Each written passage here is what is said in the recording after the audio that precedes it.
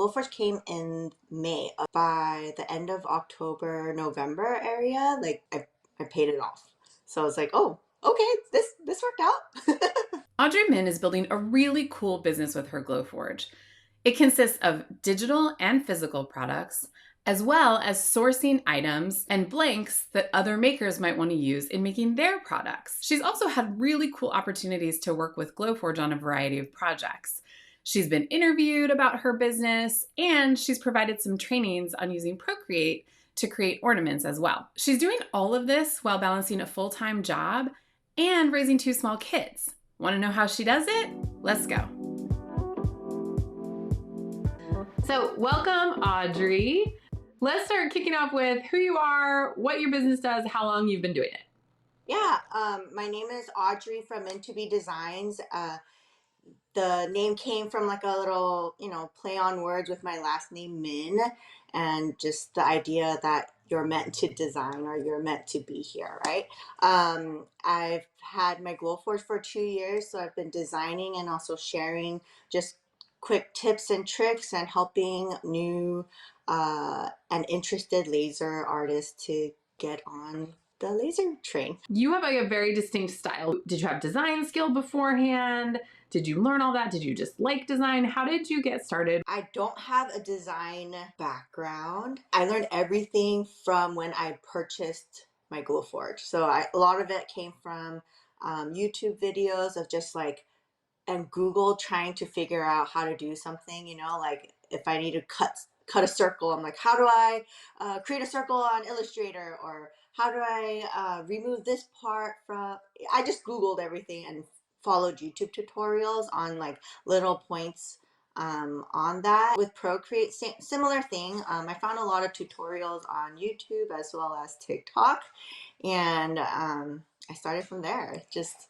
learning from other people who are providing training. Did you start designing before your Glowforge came? I purchased my Glowforge and I was like, I need to figure out how to use the Glowforge, and I need to figure out like my personal style or what I like to create in it, right? Because I don't know, I'm sure for you too, like when I first got it, I was like, I want to make everything. But then I realized I don't like actually making everything, so just kind of like fine tuning and figuring out what actually works for you and your brand, and what fills your cup or what makes you excited. Let's talk more about that. So how did you go about that? Because I do think that you have really nailed an aesthetic.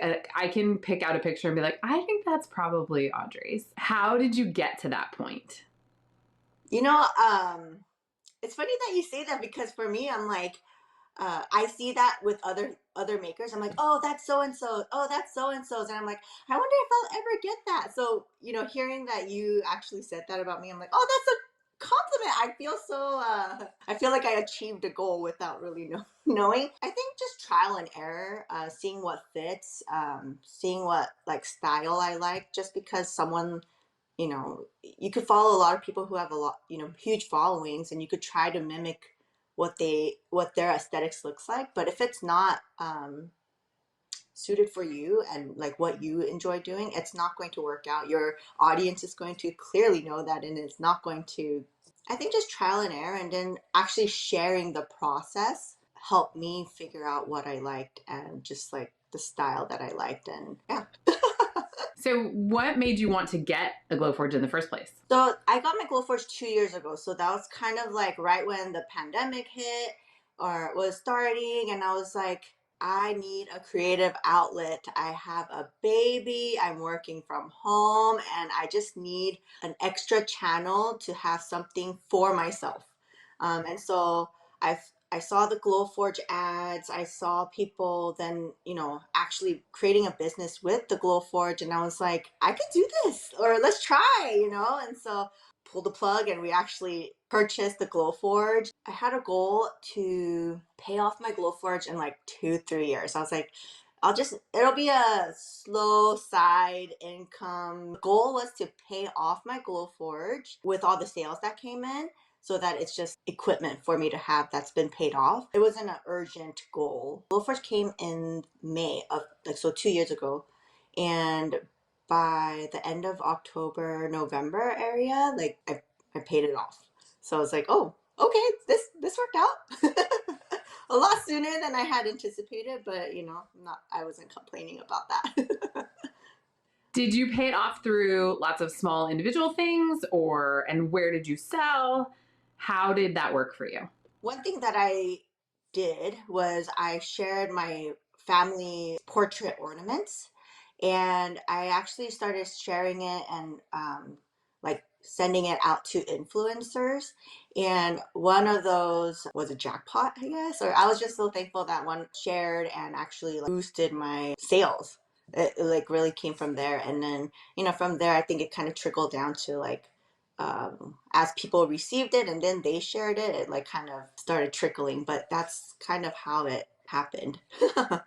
Was that a design that you just wanted to do for yourself and then you shared, or was it something you had seen? How did you come up with that idea? I had created one for myself, and then the idea came from just like seeing just events on social media and just like that kind of aesthetic or style and like watercolor and portraits that were being created. And I was like, hey, I have a laser. I could take that style and make it my own. So then that's where like the outlining of the person or the individual came, and that's how I kind of created the my style, I guess.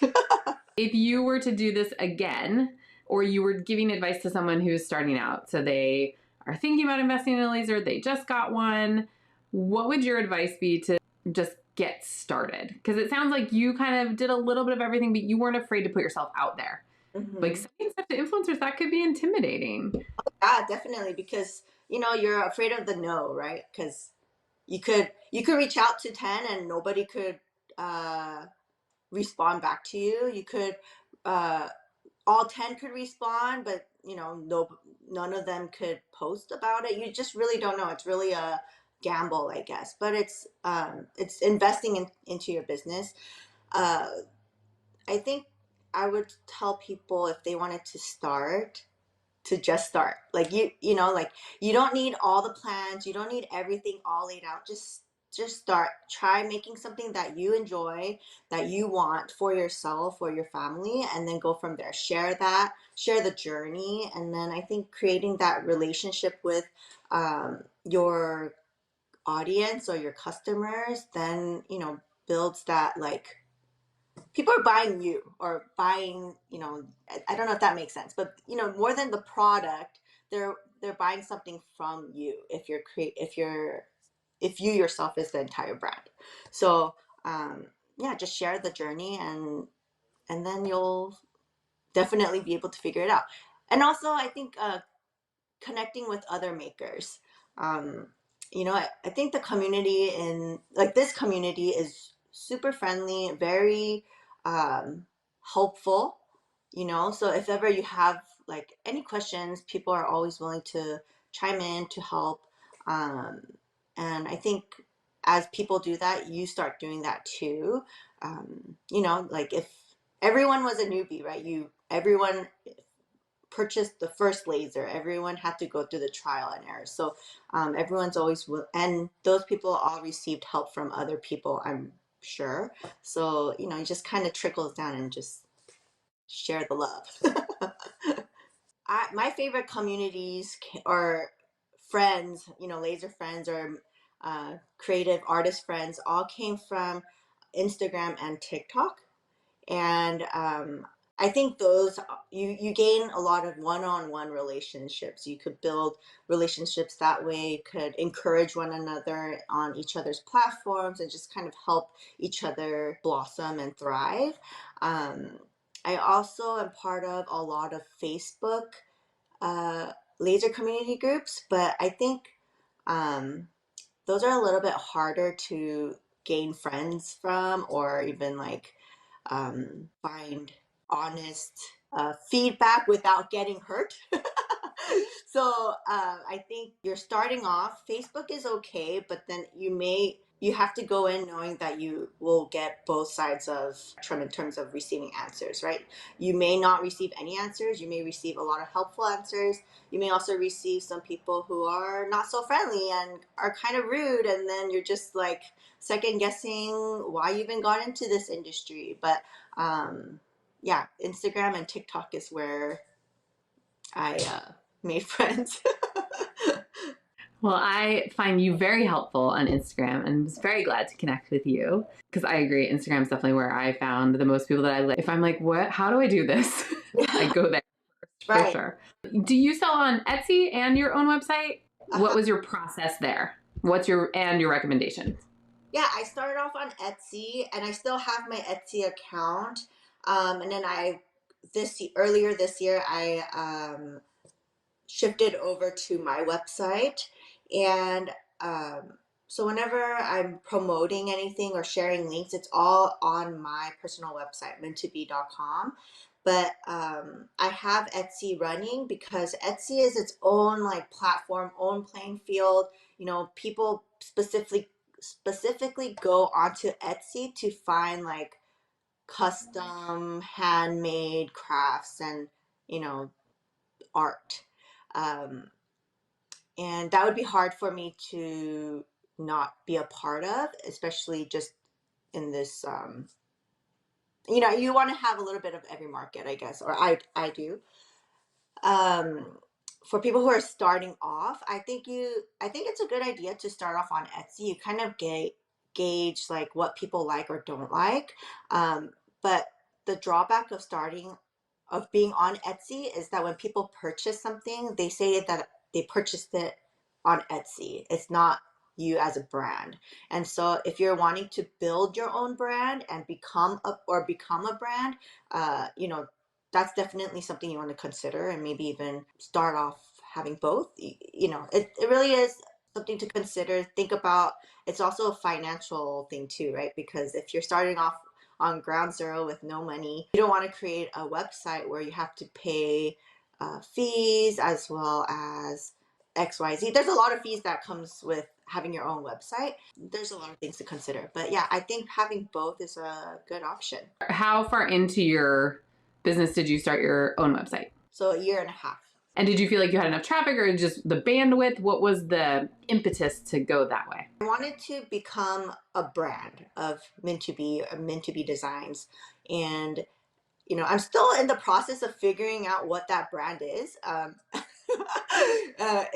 If someone, you know, I'm sure people don't really go onto my website that frequently, like, and if they do, they go on it for the purpose of purchasing something. They're not on there to like review what I'm posting or what I have on there, or my like style or whatever, right?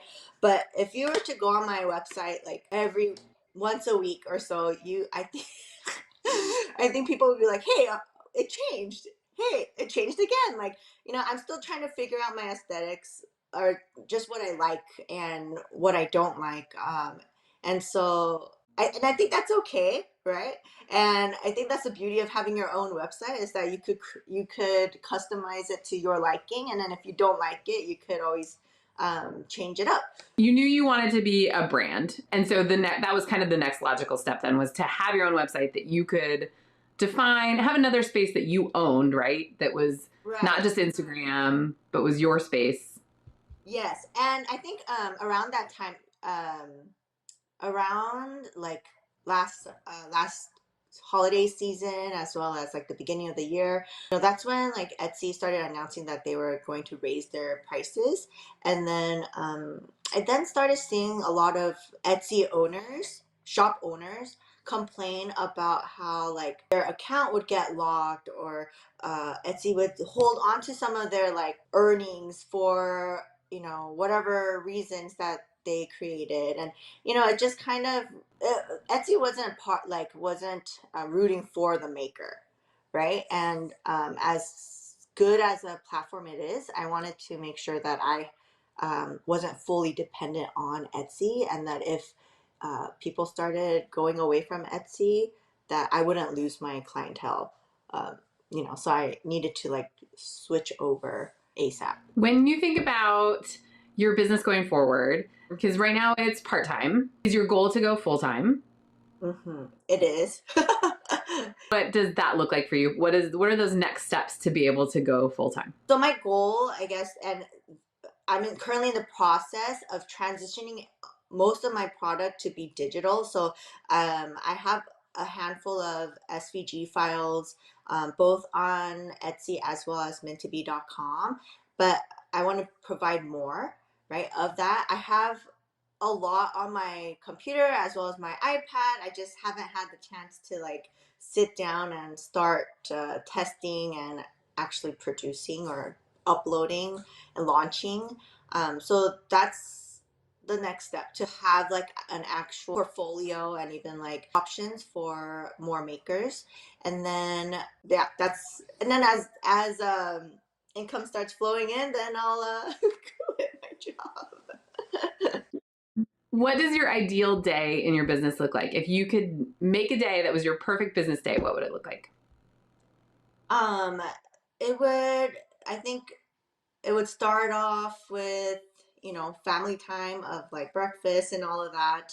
And I'll have some like design time, some testing time, and then some like interaction time with like other makers and even just customers who are looking for a specific item, and then just a time where I could explore, just testing out new product, testing out a new style. Yeah, so a lot of times those are my Saturdays.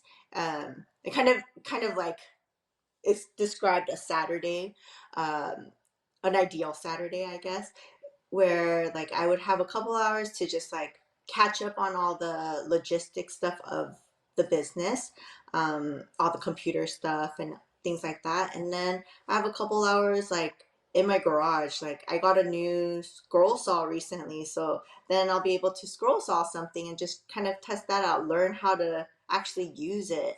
Um, spend some time sanding and just a lot of like little things. Everything takes time, so I just need a lot of time. I guess I'm like all over the place, so I just need like a lot of blocked hours. So like whether it's like 2 hours in the morning, then like time with the kids, and then once they go to take a nap, like another couple hours to just like work on something, and then spend time with the family, and then once everyone's asleep, then I have like a couple more hours. Um, but yeah, that would I guess be like the ideal day, or that's what a day would look like if I was doing this full time. In your ideal scenario, would the majority of your income come from digital designs and then maybe custom work, some really specific things that allow you to kind of do more of the interesting trial fun things? Yeah, definitely. I think the um, digital would all be like the passive income, right? Where I don't have to actually fully depend. Like that would, yeah, that would be my majority of the income, and then I would take on a handful of custom work per month just so that I can, um, you know, be creative, I guess, and find what people are interested in. So we talked about family portraits, family ornaments, things like that. So this is a like, yeah. So here's a family portrait. This was actually my very first portrait that I created, and then Did you, you did know, you paint? yeah, I painted that afterwards too. So even my painting style, maybe even like the style of this kind of changed, but I do love this look. Enjoy painting? No. So, ideally for family portraits, in the long run, is that I'll be able to create and draw the portrait portion for other makers, and then they'll be able to take that, cut that out, design it, and sell it off. So Got that it. I do offer that kind of service, but that would be ideal. So then I don't have to actually do the making part. Um, yeah, and then I have another one right here. This is a am I showing it to you? This is embroidery. So just keeping myself curious in other fields, and just um learning different mediums of material and processes. Uh, it's been fun. You've had the opportunity to work with Glowforge directly a few times. Mhm. How did that happen, and what was that experience like?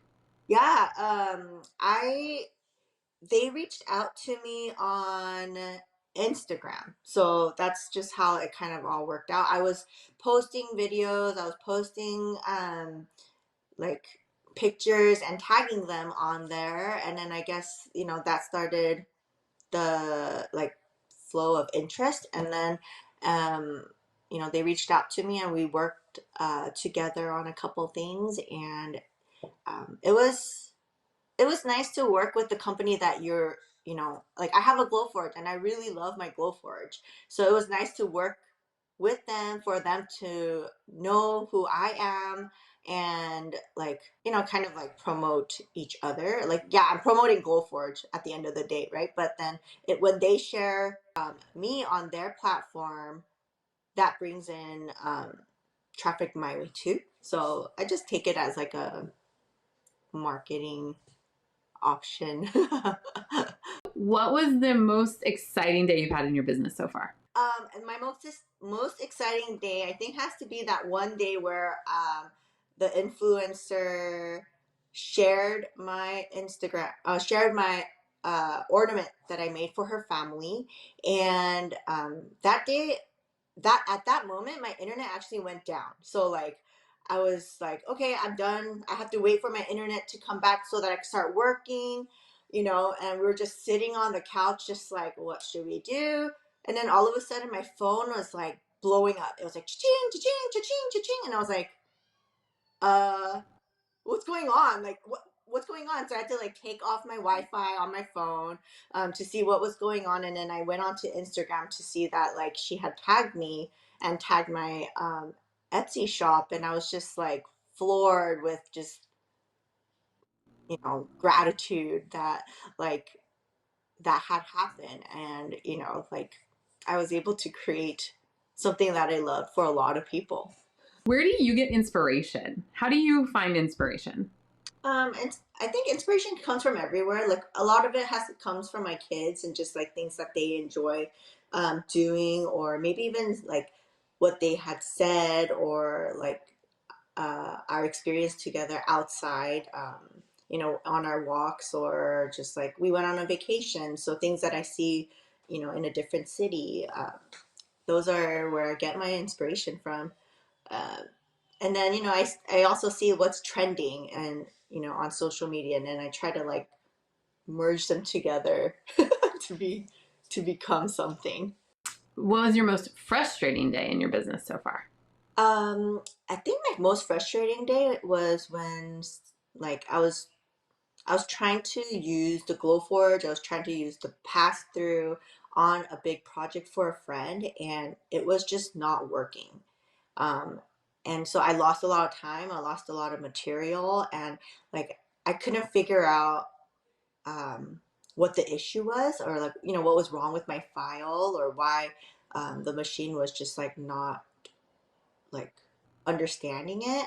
And at the end of the day, I had to just kind of throw in the towel, realize that like this wasn't the project that I could accomplish at the moment, and you know go and tell my friend that I couldn't do it and give them the money back. And that was like, it hurt my pride, it hurt my everything. Like I don't want to fail. Um I don't want to tell someone no after I said yes. uh but yeah, so that was like very frustrating. How did you come back from that? How did you pump yourself back up?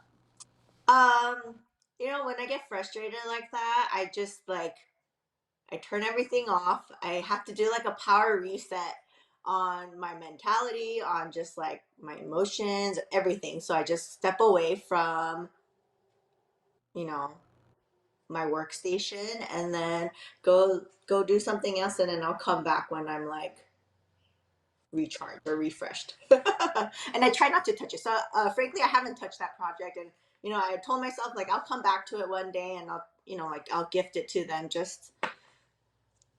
you know, just because kind of deal, but I've never, I think I'm still traumatized.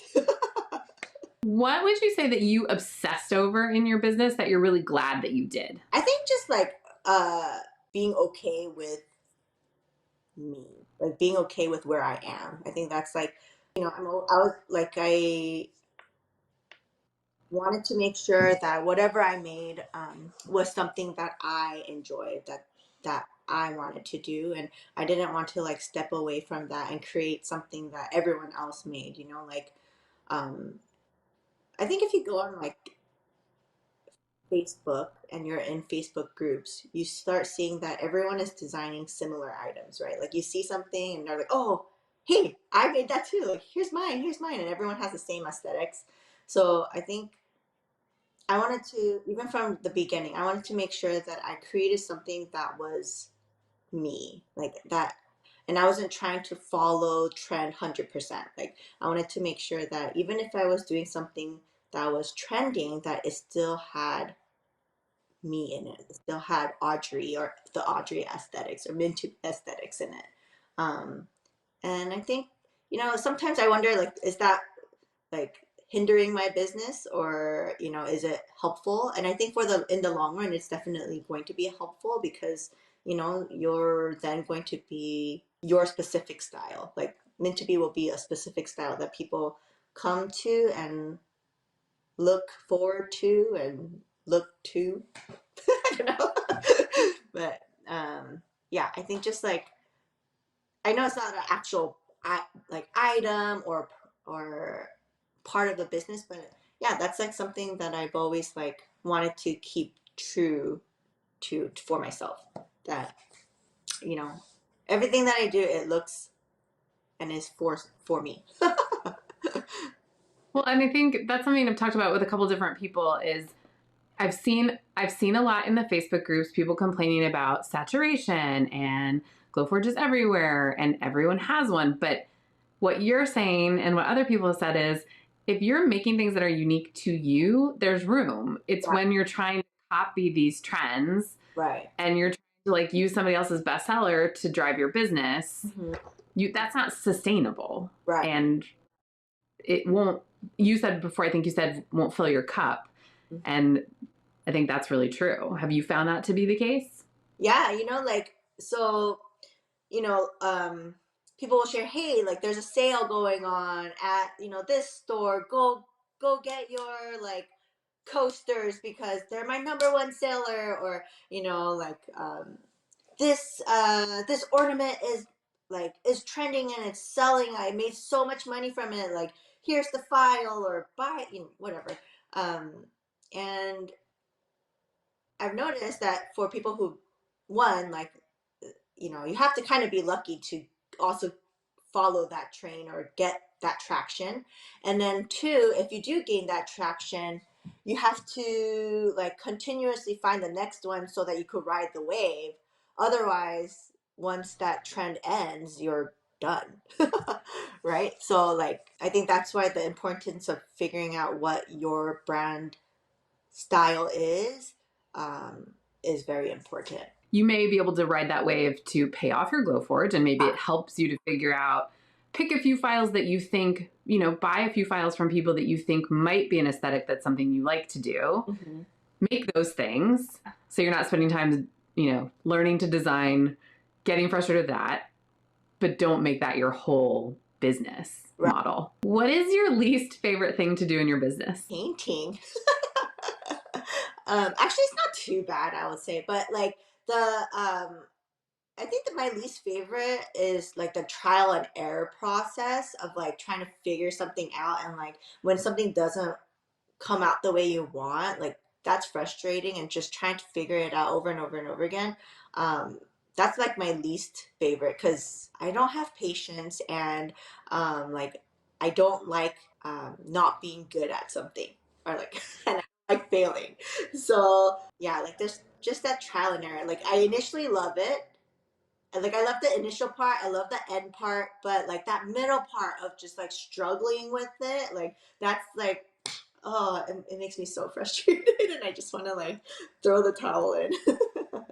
The messy middle. Mm-hmm. Yeah. Yes, the mess middle. What is your favorite thing to do? I would guess it's designing. Am I right? it's designing and just like figuring out what other customers or other makers are struggling with and making it easier for them. I think that's like what I love. And you know, I have files that sell on a regular basis, and sometimes like they don't always tag me, and that's fine. You don't, I don't think makers who purchase files need to like tag the file maker, right? Because that's you're buying it so that you could create something with it. But when I see it come up on like my Instagram page that someone is cutting a file that I made or like designing something, like it makes me so happy. Where should people find you? Yeah, you could find me. So my website is called Min2Be, MIN, the number two, and then BE.com. That's where all of my stuff is. But you could also reach me personally on Instagram or on TikTok at Min2BeDesigns. You can find all of Audrey's information in the description below. If you're looking for a supportive community of makers who are growing their laser businesses, we started a Facebook group called Laser Maker School, and it's hosted by myself, Jacqueline Kyle of the Fable Tree, and John Kaipoff. We'd love to have you there. You can find all the information in the description below.